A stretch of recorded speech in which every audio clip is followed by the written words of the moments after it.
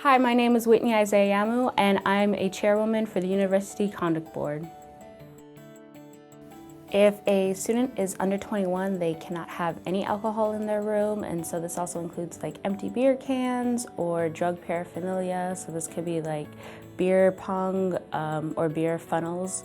And then if one student is over 21 but their roommate is under 21, they can have alcohol, but they actually cannot give any alcohol, obviously, to the underage student.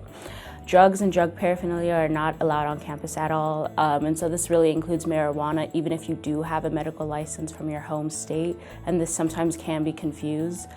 Grinders are something else that we see often, so these are all not allowed on campus.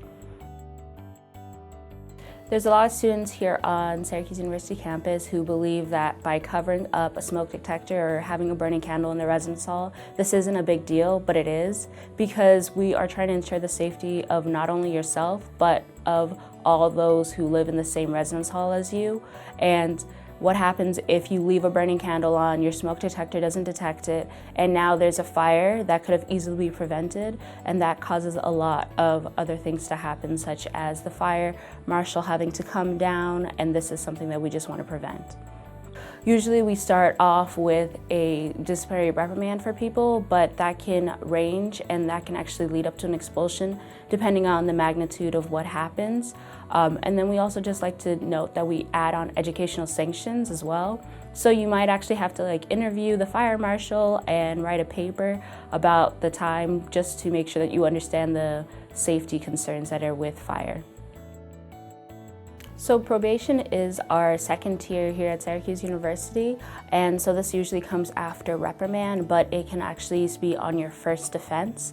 And when you're on probation, that's a change of status in Syracuse University, as well as you are not allowed to go study abroad anywhere for the duration of your probation, as well as do any recruitment, and this can also be for Greek life, as well as some organizations such as University 100 if you want to be a tour guide.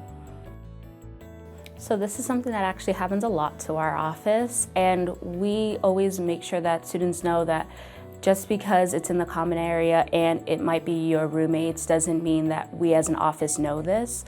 Your roommate might actually come in and say that the alcohol is yours, and because there's no way for us to for sure know that it's theirs, because it is in a shared space and you are both responsible for whatever happens, whatever comes into that shared space, you are now both responsible for the alcohol that was found. And so we always recommend that students talk to their roommates about keeping any illegal substances out of the room in general.